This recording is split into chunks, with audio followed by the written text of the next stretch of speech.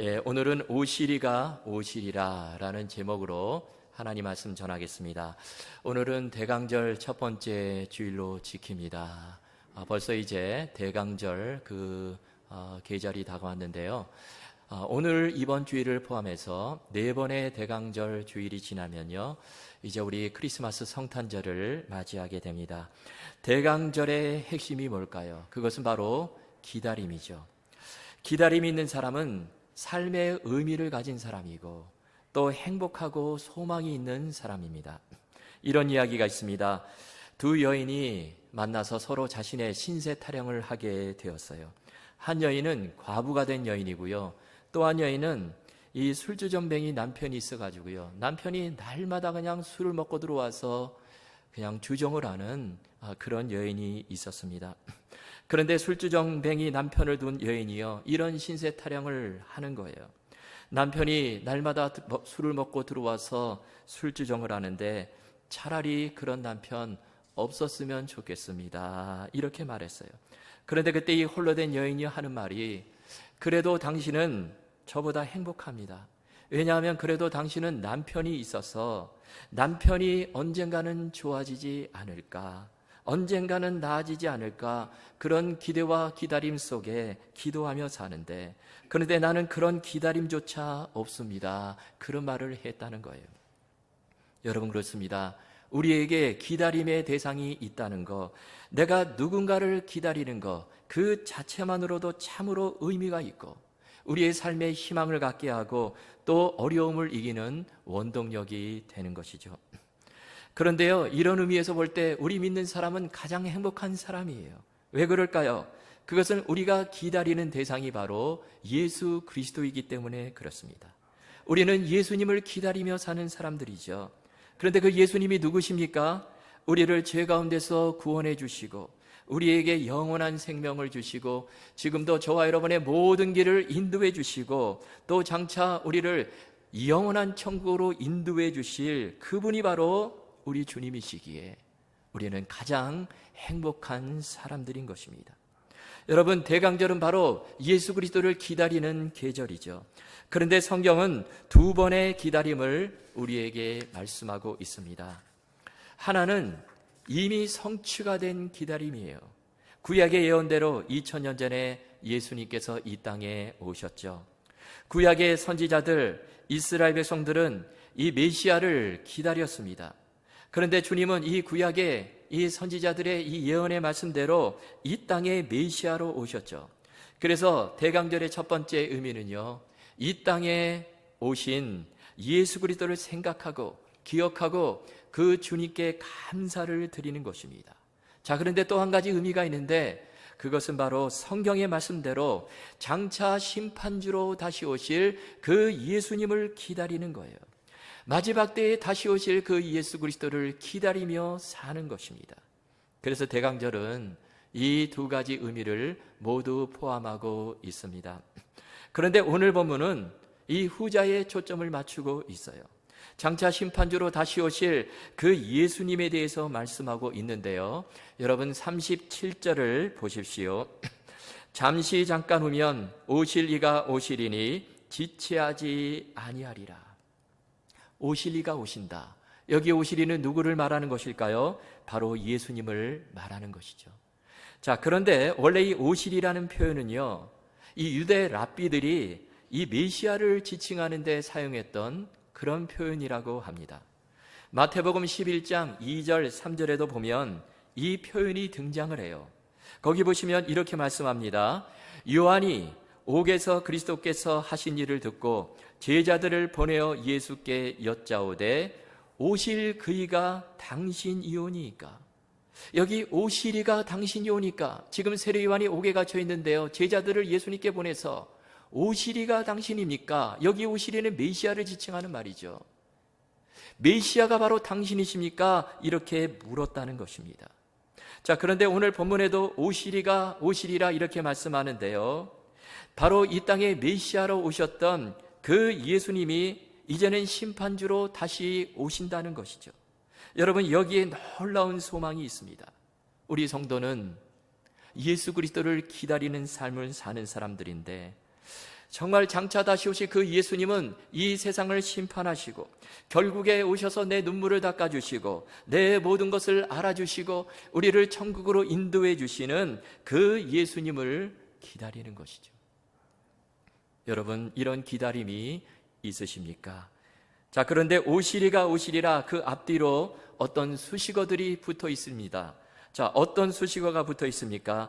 앞에 보면 잠시 잠깐 오면 오실 이가 오시리니, 잠시 잠깐, 이 수식어가 붙어 있죠. 이것은 예수님께서 다시 오실 때가 멀지 않았다는 말씀입니다. 자, 그런데요, 이 히브리서 서신이 기록된 지가 벌써 2000년이나 지나는데 예수님이 아직 오시지를 않고 있어요. 그러면 잠시 잠깐 오면 오시리가 오신다, 이 말씀을 우리가 어떻게 받아들여야 할까요? 자, 여기서 우리가 생각해야 될 것은요, 오늘 본문에서 말씀하는 이 잠시와 우리 사람이 기대하는 잠시라는 개념에는 차이가 있습니다. 다시 말씀드리면 천국의 시간과 이 땅의 시간에는 차이가 있어요. 하나님의 시간과 우리의 시간은 다르다는 것입니다. 여러분, 하나님의 시간은 천년이 하루 같고 하루가 천년 같은 시간이에요. 그래서 베드로후서 3장 8절 9절에 보면 이렇게 말씀합니다. 사랑하는 자들아, 주께는 하루가 천년 같고 천년이 하루 같다는 이 한 가지를 잊지 말라. 주의 약속은 어떤 이들이 더디다고 생각하는 것 같이 더딘 것이 아니라 오직 주께서는 너희를 대하여 오래 참으사 아무도 멸망하지 아니하고 다 회개하기에 이르기를 원하시느니라. 아멘. 여기 보면 주께는 하루가 천년 같고 천년이 하루 같다 말씀하죠. 그러므로 주의 약속이 결코 더딘 것이 아니라는 것입니다. 우리 인간의 편에서 볼 때는요, 예수님이 왜 안 오실까 참 길게 보여지지만 그러나 하나님 보시기에는 아주 잠깐 후의 일이라는 것이죠. 또 우리 주님은 우리가 아무도 멸망하지 않고 회개하고 구원받기를 기다리세요. 그래서 참고 또 참으시며 기다리십니다. 자, 그런데요, 사실 우리는 주님이 다시 오실 그때를 아무도 알 수가 없어요. 그러나 우리가 여기서 꼭 기억해야 될 거, 주님이 반드시 오신다, 오시리가 오시리라, 이 믿음을 가지고 살라는 것입니다. 또 한 가지, 오시리가 오시리라, 그 뒤에 어떤 말씀이 붙어 있습니까? 지체하지 아니하시리라. 똑같은 개념이죠. 지체하지 아니하시리라, 곧 오신다는 것입니다. 그리고 여기에는 주님의 약속이 들어있죠. 지체하지 않으시라, 반드시 주님께서 다시 오신다는 것입니다. 사도행전 1장에 보면 예수님께서 하늘로 승천해 올라가십니다. 그때 제자들이요, 그 하늘을 멀끄러미 쳐다보고 있어요. 그때 흰옷을 입은 천사가 무슨 말씀을 합니까? 어찌하여 하늘을 쳐다보느냐? 너희 가운데서 하늘로 올라가신 이 예수는 하늘로 가심을 본 그대로 오시리라. 주님께서 다시 오신다는 거예요. 여러분, 우리 주님은 약속해 주셨어요. 이 땅에 다시 오실 것이다, 다시 오실 것이다, 이 말씀을 주셨어요. 자, 그러면 우리는 다시 오실 예수 그리스도를 어떻게 맞이해야 할까요? 우리는 무엇을 준비하며 어떤 자세로 살아가야 할까요? 자, 오늘 세 가지 말씀을 함께 나누려고 합니다. 첫째는 담대함을 가지고 살라는 것입니다. 자, 본문 35절을 보십시오. 그러므로 너희 담대함을 버리지 말라. 이것이 큰 상을 얻게 하느니라. 여기 담대함을 버리지 말라, 그 앞에 어떤 말이 붙어 있습니까? 그러므로 너희 담대함을 버리지 말라. 이 그러므로라는 접속사는 앞에 있는 내용을 받는 말인데요. 그런데 제가 생각할 때 우리가 담대함을 가져야 될 그 근거가 무엇일까요? 오늘 본문에 보면 정중앙에 이 37절 말씀이 위치해 있는데요, 참으로 중요한 말씀이죠. 거기에 보시면 어떤 말씀이 있습니까? 오시리가 오시리라, 지체하지 아니하리라. 이 말씀이 우리 담대함의 중요한 근거가 된다는 것입니다. 여러분, 그렇습니다. 우리 성도 살면서 우리의 담대함이요, 이 땅에서 나오는 것이 아니라 하늘에서 나온다는 거예요. 우리의 담대함은 주님께서 나와 함께 하신다, 이 믿음에서 나오는 것입니다. 내가 사망의 음침한 골짜기로 다닐지라도 해를 두려워하지 않을 것은 주께서 나와 함께 하심이라. 주님께서 나와 함께 하심을 믿을 때에 주의 막대기와 지팡이로 나를 안위하시나이다. 우리가 이 믿음을 가질 때 우리는 담대할 수 있어요. 또 본문 말씀처럼 오시리가 오시리라. 주님이 다시 오실 거야. 장차 주님은 반드시 오신다. 곧 오신다. 우리가 이 믿음을 가지면 우리는 어떤 상황 속에서도 담대할 수 있을 것입니다. 여러분, 주님이 다시 오시게 되면 사실 다 끝나는 것입니다. 이 세상의 고통, 염려, 근심 다 끝나버리는 거예요. 주님이 다시 오시면 우리는 정말 이 완전한 옷, 몸을 입고요, 주님께서 예비하신 천국으로 들어가게 될 것입니다. 그 예수 그리스도를 바라보며 담대하라는 것이죠. 그런데 세상 사람들은 이 담대함의 근거를 이 땅의 것들로부터 찾죠. 내가 무엇을 가졌는가? 내가 얼마나 많이 가졌는가? 내게 물질, 배경, 지위 이런 것들이 있는가? 이런 것들을 통해서 세상 사람들은 담대함을 얻으려고 합니다. 그런데요, 그런 것들이 무너지면 담대함도 무너지게 돼요. 여러분, 이 세상의 것들은요, 낙엽처럼 다 떨어지고 썩어지고 시들게 되는 것입니다. 그래서 이 땅의 것들은 담대함의 근거가 될 수 없어요. 우리가 여호수아를 보면 이 메시지를 우리에게 주고 있죠. 여호수아 1장 1절에 보면 어떤 말씀으로 시작을 하고 있습니까? 여호와의 종 모세가 죽은 후에 이런 말로 시작을 하고 있습니다. 여러분, 모세가 어떤 사람입니까? 모세는 대단한 사람이에요. 이스라엘의 위대한 지도자, 가장 위대한 지도자, 영웅 중에 영웅입니다. 그런데 그의 시종이었던 여호수아, 이 모세를 의지하고 살았을 거예요. 그저 모세가 잘하면 그냥 시키는 일 하며 이렇게 살았을 것입니다. 모세가 워낙 뛰어난 지도자였기 때문에 여호수아 그런 모세를 모시고 사는 거 정말 참으로 든든했을 것입니다. 그런데 그런 모세가 죽었어요. 그리고 그 모세 뒤를 이어서 여호수아가 이스라엘의 지도자가 되었어요. 또 이제 가나안 땅 정복을 눈앞에 두고 있습니다. 전쟁을 눈앞에 두고 있는데 이렇게 되니까 여호수아 참으로 두려워지게 되죠. 모세와 자기를 비교하니까 너무나 큰 차이가 납니다.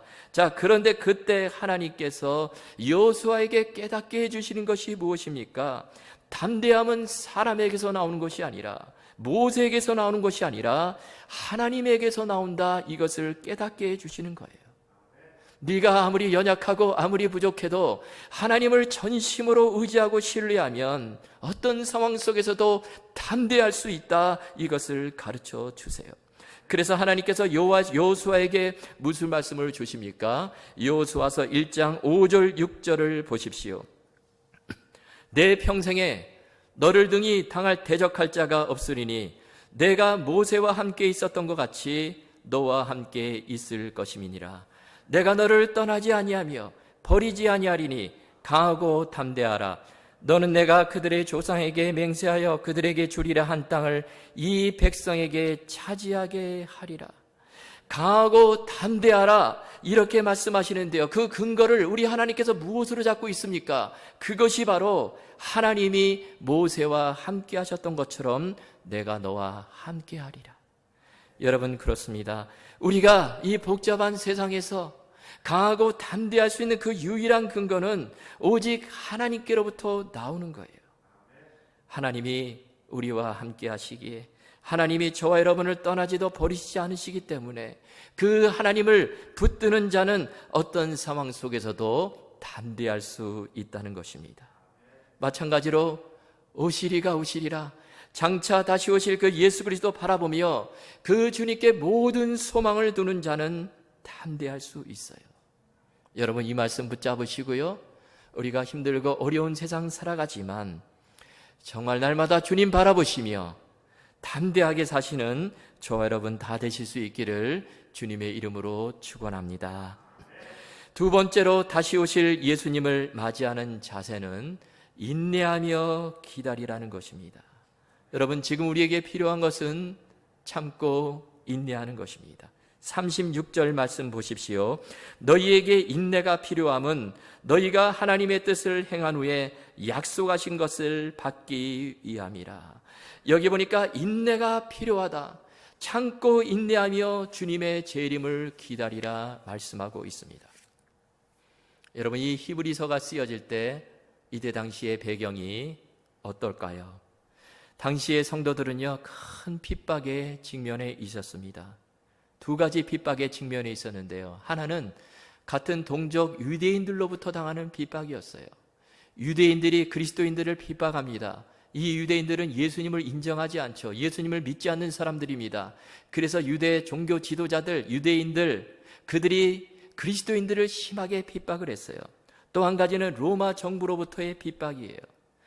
당시의 유대교는요, 그래도 이 로마 정부로부터 승인을 받아가지고 그렇게 직접적인 핍박을 당하지는 않았습니다. 그런데 이 기독교는요, 당시 로마 정부로부터 사교라는 낙인이 찍혀졌어요. 불법 종교라는 낙인이 찍혀졌습니다. 그래서 박해의 타겟이 되어버렸습니다. 한 예로 AD 64년에 로마의 황제 네로 황제가요, 이 로마시에 대화재가 일어나는데 그 책임을 누구에게 돌립니까? 그 책임을 그리스도인들에게 뒤집어 씌우는 거예요. 그래서 아주 무서운 박해를 가하죠.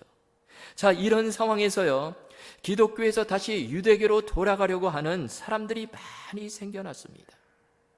그런데 이런 상황 속에서 오늘 말씀, 참고 인내하라. 잠시 잠깐 오면 오시리라.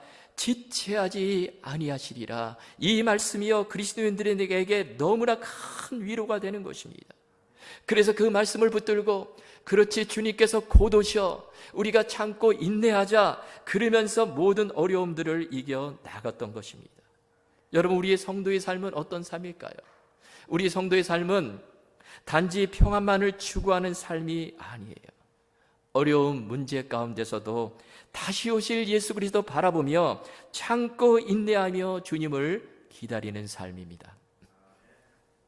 1988년에 아르메니아에서 대지진이 일어나는데요, 그때 7만 명이나 되는 많은 사람들이 목숨을 잃었습니다. 모든 건물들이 다 그냥 무너져 내렸어요. 그런데 그 와중에 어떤 아버지가 아들을 구하기 위해 초등학교로 달려갔습니다. 아들이 초등학교 다니는 학생인데요, 그냥 수업을 하다가 그냥 건물이 다 무너져 내려버린 것입니다. 아무런 소망이 없어 보여요. 보니까 완전히 그냥 다 무너져가지고 잔해들만 쌓여있는데, 그런데 그때 이 아버지가요, 평소에 아들에게 했던 약속이 생각이 났어요. 그 약속이 뭐냐면, 무슨 일이 있어도 나는 너와 함께 있을 거야. 두려워하지 말라. 이 약속을 평소에 아들에게 했다는 것입니다. 지금 아들이요, 학교 건물 그 잔해 밑에 어딘가에 깔려 있는데 생사도 확인을 할 수가 없습니다. 그런데 아버지는 평소에 했던 그 약속을 생각하며 그 무너진 잔해더미 돌들을 하나둘씩 파내기 시작하는 거예요. 다른 학부모들도 왔는데요, 그 아버지가 돌을 막 들춰내니까 포기하라고, 이미 늦었다고 그럽니다. 그러자 뭐 경찰도 와가지고요, 그만두라고 막 소리를 칩니다. 그런데 아버지는 끝까지 포기하지 않아요. 계속해서 돌들을 드러냅니다. 자신이 아들과 한 그 약속을 생각하며 맨손으로 그 잔해더미를 들춰내기 시작해요.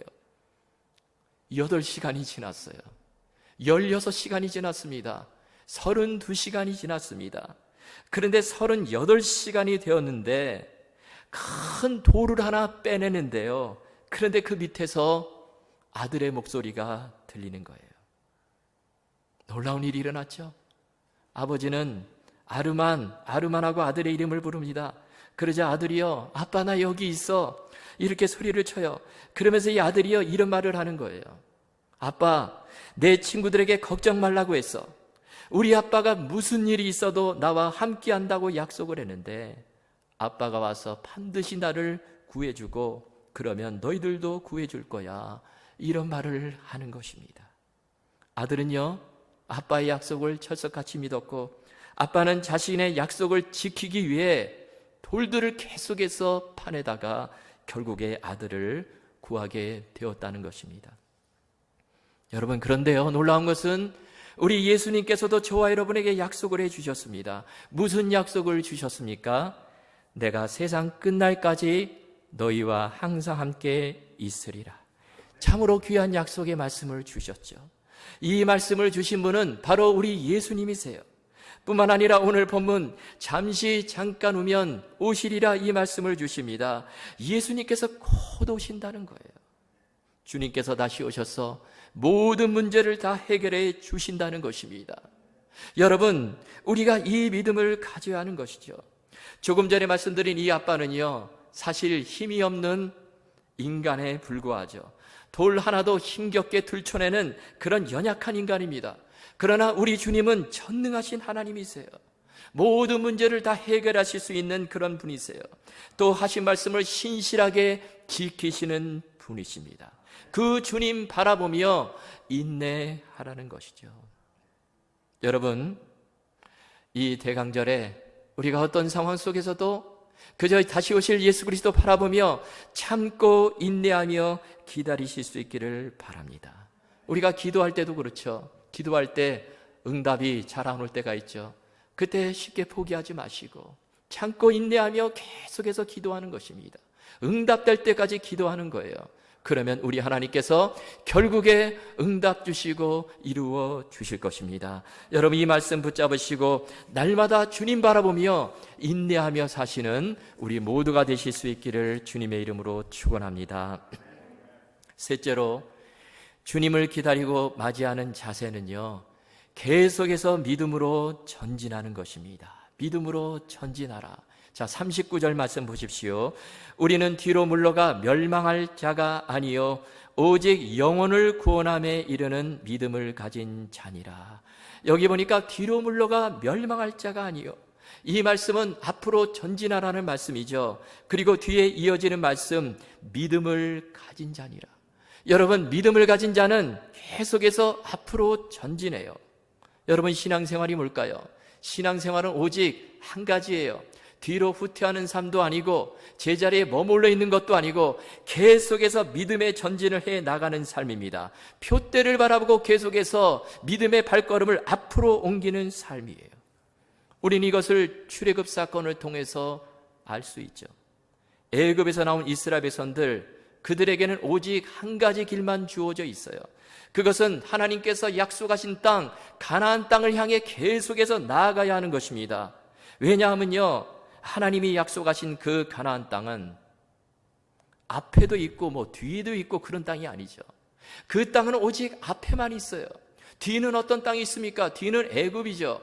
애굽은 세상을 상징하는데 이스라엘 백성들 애굽에서 나왔기 때문에 애굽이 아무리 좋아도 다시 그곳으로 돌아갈 수는 없어요. 그들에게는 오직 한 가지 길만 있습니다. 하나님께서 예비하신 약속의 땅, 가나안 땅을 향해 믿음의 발걸음을 옮겨 나가는 거예요. 그런데요, 광야 생활을 하면서 너무 힘들어서 차라리 애굽으로 돌아가자, 그렇게 말하는 사람들이 있었습니다. 애굽으로 돌아가자, 이건 후퇴하자는 것이죠. 뒤돌아보는 삶입니다. 그러나 그렇게 하지 말고 지금 광야 생활을 하는 이스라엘 백성들에게 주어진 그 길이 무엇입니까? 그저 주님 바라보고 약속의 땅을 향해 계속해서 믿음의 전진을 해 나가는 것입니다. 마찬가지죠. 하나님께서 이스라엘 백성들을 애굽에서 건져 주셨듯이 하나님께서 저와 여러분을 죄악에서 건져 주셨습니다.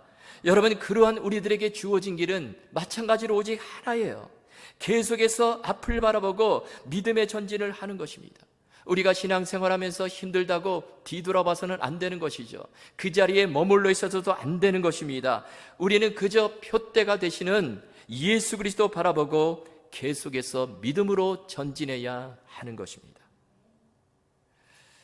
여러분, 믿음으로 전진하는 삶을 살고 계십니까? 아니면 힘들어서 멈추어 서고 뒤돌아보고 그런 삶을 살고 계십니까? 누가복음 9장 62절에 보면 이렇게 말씀하죠.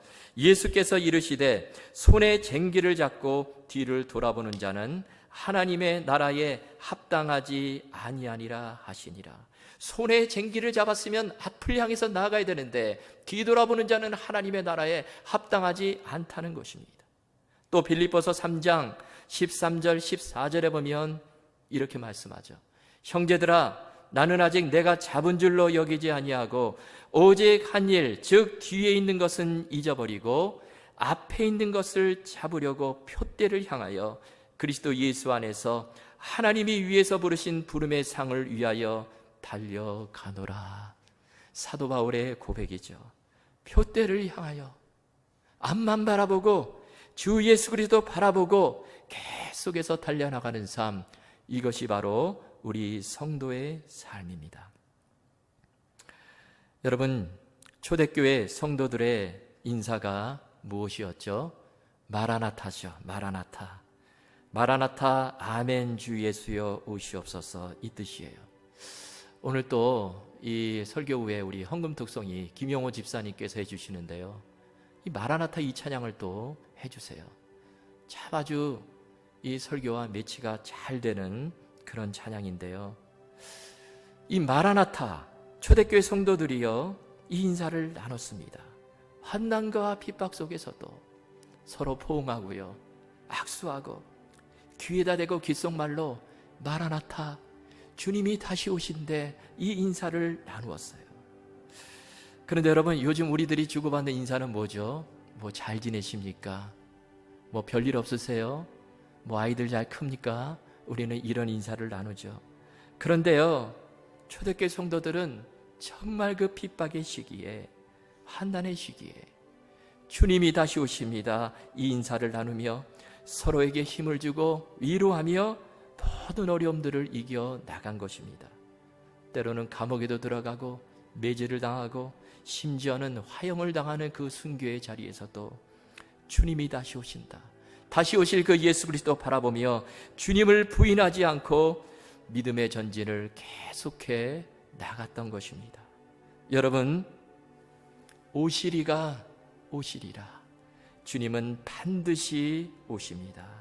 오늘 주신 이 말씀 붙잡으시고요, 우리가 어떤 상황 속에서도 그 다시 오실 예수 그리스도 바라보며 소망하며 마라나타의 신앙을 가지시고 믿음의 발걸음을 계속해서 옮겨나가시는 저와 여러분 다 되실 수 있기를 주님의 이름으로 축원합니다.